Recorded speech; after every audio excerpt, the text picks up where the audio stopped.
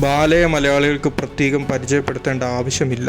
ജന്മം കൊണ്ട് തമിഴനാണെങ്കിലും 20 വർഷത്തിലേറെയായി കേരളത്തിലാണ് സ്ഥിരതാമസം. സിനിമയിൽ സജീവമല്ലെങ്കിലും വിവാദപരമായ വിഷയങ്ങളിൽ ഇടപെട്ടും പ്രസ്താവനകൾ പുറപ്പെടുവിച്ചും വ്യക്തിജീവിതത്തിലുണ്ടായ സംഭവങ്ങളുടെ പേരിലും നടൻ എന്നും മീഡിയയിൽ വൈറലാണ്. കഴിഞ്ഞ വർഷമായിരുന്നു ബാലയുടെ 4ാം വിവാഹം. ബന്ധുവും കുട്ടിക്കാലം മുതൽ പരിചയമുള്ള പെൺകുട്ടിയുമായ കോകിലയാണ് നടൻ വിവാഹം ചെയ്തത്. കോകിലയ്ക്കൊപ്പം ദാമ്പത്യം ആരംഭിച്ചപ്പോൾ ബാലയുടെ ജീവിതത്തിൽ അടിമുടി മാറ്റങ്ങളാണ്. കൊച്ചിയിലെ ഫ്ലാറ്റ് വിട്ട് വൈക്കം കായലോരത്ത് ഒരു വീട് പണിത് അവിടെയാണ് താമസം. ഒപ്പം ഒരു യൂട്യൂബ് ചാനൽ ആരംഭിച്ച് നിത്യജീവിതത്തിലെ വിശേഷങ്ങൾ, ഭാര്യയ്ക്ക് പാചകത്തിലുള്ള കഴിവുമെല്ലാം വീഡിയോ ആയി നടൻ പങ്കുവെക്കാറുമുണ്ട്. അതിനിടയിൽ മുൻ ഭാര്യമാരും മകളും നടനെതിരെ ഗുരുതരമായ ആരോപണങ്ങളുമായി എത്തുകയും ചെയ്തിരുന്നു. വിവാഹമോചന ഉടമ്പടിയിൽ അമൃതയുടെ ഒപ്പ് ബാല വ്യാജമായി ഇട്ടെന്നായിരുന്നു ഏറ്റവും പുതിയ ആരോപണം. ഉടമ്പടിയിലെ പേജുകൾ ബാല വ്യാജമായി നിർമ്മിച്ചുവെന്നും ഉടമ്പടി പ്രകാരമുള്ള ഇൻഷുറൻസ് പ്രീമിയം തുക അടച്ചില്ലെന്നും മുൻ ഭാര്യ അമൃത പോലീസിൽ നൽകിയ പരാതിയിൽ പറഞ്ഞിരുന്നു. എന്നാൽ നടൻ ഇതെല്ലാം നിഷേധിക്കുകയാണ് ചെയ്തത്.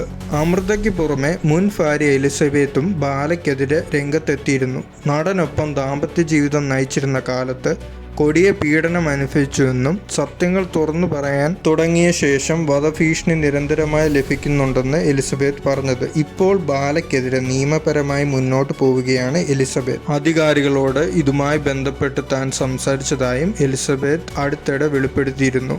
എലിസബത്തുമൊത്തുള്ള ബാലയുടെ വിവാഹം രജിസ്റ്റർ ചെയ്തിരുന്നില്ല. അതുകൊണ്ട് തന്നെ അർഹതപ്പെട്ട നീതി എലിസബത്തിന് ലഭിക്കുന്നതിൽ തടസ്സങ്ങൾ നേരിടുന്നുണ്ട്. നടൻ പുതിയ ഭാര്യ കോകിലയെ താരത്തെക്കാൾ 20 വയസ്സിന് ഇളയതാണ്. കോകില ബാലയുടെ വീട്ടിലെ വേലക്കാരിയുടെ മകളാണെന്ന് ഒരിടയ്ക്ക് പ്രചാരണം വന്നപ്പോൾ തമിഴ്നാട്ടിലെ അറിയപ്പെടുന്ന കുടുംബത്തിലെ അംഗമാണ് കോകിലയെന്നും പദവിയും പണവുമുള്ള കുടുംബമാണെന്നും ബാല പറഞ്ഞിരുന്നു. ഇപ്പോഴിതാ ഒരു ഇടവേളയ്ക്ക് ശേഷം ബാല സോഷ്യൽ മീഡിയയിൽ പങ്കുവെച്ച കുറിപ്പും വീഡിയോയുമാണ് വൈറലാകുന്നത്. ഇന്ന് ഏറ്റവും സന്തോഷകരമായ ദിനം. കോകിലയെ അനുഗ്രഹിക്കൂ, അഭിനന്ദിക്കൂ.